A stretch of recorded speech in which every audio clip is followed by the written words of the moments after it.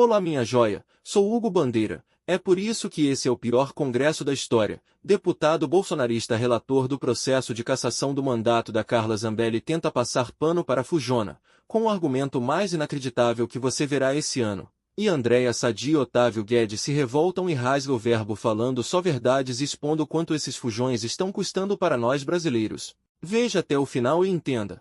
O relator do processo contra a deputada Carla Zambelli, o deputado Diego Garcia, apresentou um parecer contra a cassação do mandato da parlamentar. Tem uma sonorinha aqui do que disse o relator na coletiva. Vamos ouvir. A Câmara não pode tomar decisões que resultem em perda de mandato, com base apenas em suspeitas que deixam margem para a dúvida. Na Justiça, há o indúbio pro réu, e a Câmara deve seguir o mesmo padrão, o indúbio pro mandato. Na dúvida, prevalece a soberania popular. Esse padrão deve ser utilizado inclusive no futuro, para que outros deputados de qualquer espectro político não sejam perseguidos e tenham seus mandatos cassados. Diante de todos esses elementos que estão detalhados no meu parecer, o meu voto é pela preservação do mandato da deputada Carla Zambelli. Bom, se eles não podem tomar decisão sobre o mandato, fecha o Conselho de Ética. Fecha. O que é isso, Otávio? Assim, é uma série, é um combo de decisões que são cúmplices desses personagens que, segundo a Justiça, cometeram crimes. Então, é uma afronta ao Judiciário, mais uma vez. Então, já vimos o caso do Eduardo Bolsonaro, essa complacência com o caso do deputado Alexandre Ramagem, que, para a polícia, é foragido da Justiça, das investigações. O caso da deputada Carla Zambelli, que está condenada. Então, para que serve o Conselho de Ética e Decoro Parlamentar? É para proteger? É blindagem? Não precisa de PEC. Nesses casos. Indúbio pro mandato devia ser aquela plaquinha. Sabe aquela plaquinha, aqui que nós mora, bem-vindo? Assim, indúbio pro mandato. Assim, na caverna do Alibaba e os 40 ladrões, indúbio pro réu, o Alibaba devia... Como é que o Alibaba não pensou nisso? Porque é o que eu digo, a Câmara não pode passar a sensação de que é uma caverna do Alibaba. Essa não é nem em sensação, que as pessoas ficam fora do alcance da Justiça. É isso que ele está dizendo. Não, aqui está fora indúbio pro mandato. Você não foi eleito? Ele falou isso. Você não foi eleito? Não, indúbio, a gente não confia na Justiça, então vale um mandato. Essa é a essência da caverna do Alibaba que a Câmara passa a impressão cada vez mais de ser. Então, se você tem problemas com a Justiça, vai ter problemas com a Justiça, é bandido, o lugar mais seguro é a Câmara dos Deputados. E isso só fortalece o discurso antipolítica que leva a escória da sociedade para a Câmara. E parece que há um esforço para atrair a escória da sociedade. Eu digo a escória da sociedade, aqueles condenados pela Justiça. Eu falei, porque a gente está falando, esse caso da Zambelli está na CCJ da Câmara, mas no caso dos outros deputados, no Conselho de Ética. Então, assim, para que servem essas instâncias, esses colegiados? Depois eles reclamam. Eu sempre falo isso, eu fico repetindo. Dizem que é o Sidônio que está fazendo a campanha contra a Câmara. Eles mesmos fazem a campanha. Não precisa do Sidônio. Não precisa do Sidônio. É cabo eleitoral de desgaste da imagem do Congresso Nacional, Valdo. Virou a segunda instância do STF. Instância revisora, né? A instância revisora do STF. Então, os nobres deputados agora julgaram o Alexandre de Moraes suspeito, né, para julgar esse caso e que a sentença dele não é boa. Então, o administrador fez uma análise jurídica e considera que a sentença não é boa, então nós temos agora a instância revisora do STF. Só para lembrar, não foi o ChatGPT, né? E só para lembrar que você falou o ministro Moraes, só que essa decisão foi uma condenação unânime da primeira turma, seguindo o voto do ministro Moraes. Mas ele estava se referindo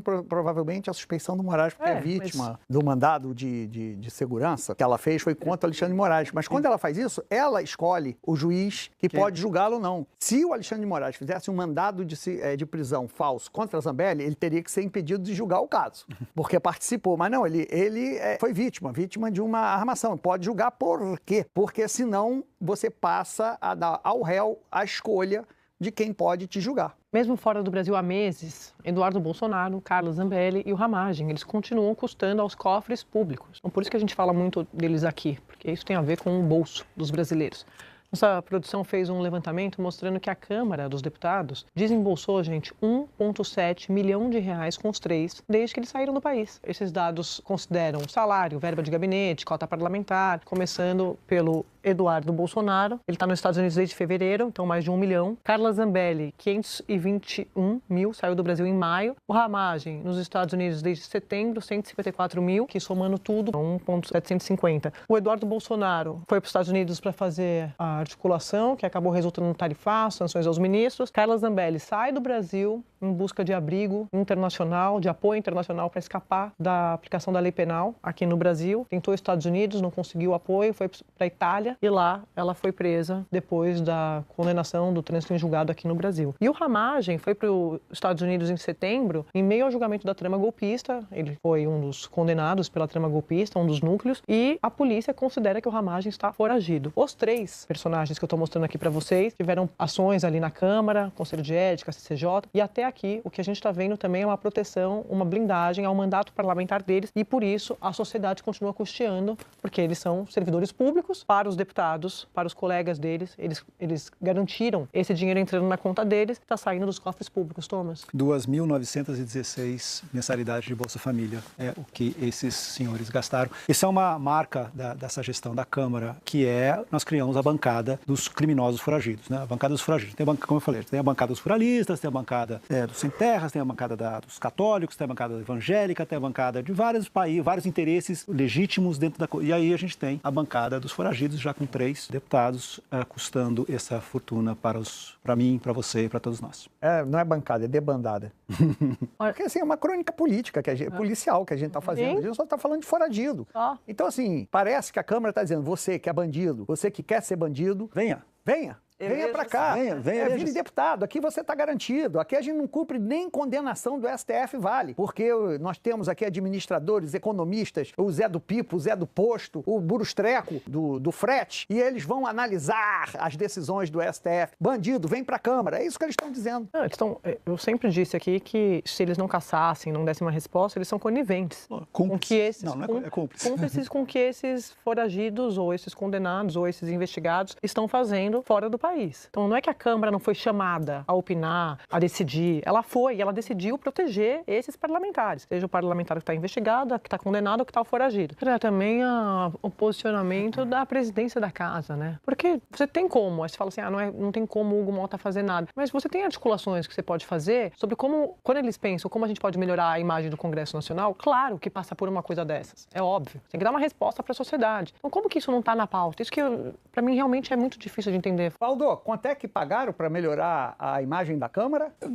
4 milhões por mês. Quanto que era, Thomas? 4 milhões por mês. 4 milhões por mês. É o Botox mais caro para botar no Frankenstein. É Botox no Frankenstein, não vai resolver não. É o Botox mais caro que tem. Difícil, né, Pablo? Pessoal, recado rápido antes de fechar. Vocês estão cansados de me ouvir falar sobre trabalhar de casa e ganhar em dólar. E eu sei que, no fundo, muita gente ainda pensa. Hugo, isso é conversa, isso só funciona para os outros. Eu decidi acabar com essa dúvida hoje. Eu não indico nada aqui no canal que eu não confie.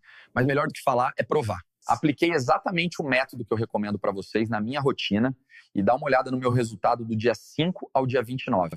Isso não é print de aluno, isso caiu na minha conta. É dinheiro de verdade, honesto, ganhando numa moeda que vale 5 vezes mais que a nossa. E um detalhe fundamental, vocês sabem que eu me dedico full time ao canal, eu não tenho tempo para me dedicar a outra coisa. Para conseguir esse resultado aí, eu dediquei no máximo 2 horas do meu dia. Ou seja, não precisa largar seu emprego ou parar sua vida para começar. E vamos deixar claro, isso aqui não veio de joguinho do tigrinho. Não veio de aposta e nem de pirâmide. Isso é fruto de uma profissão digital séria.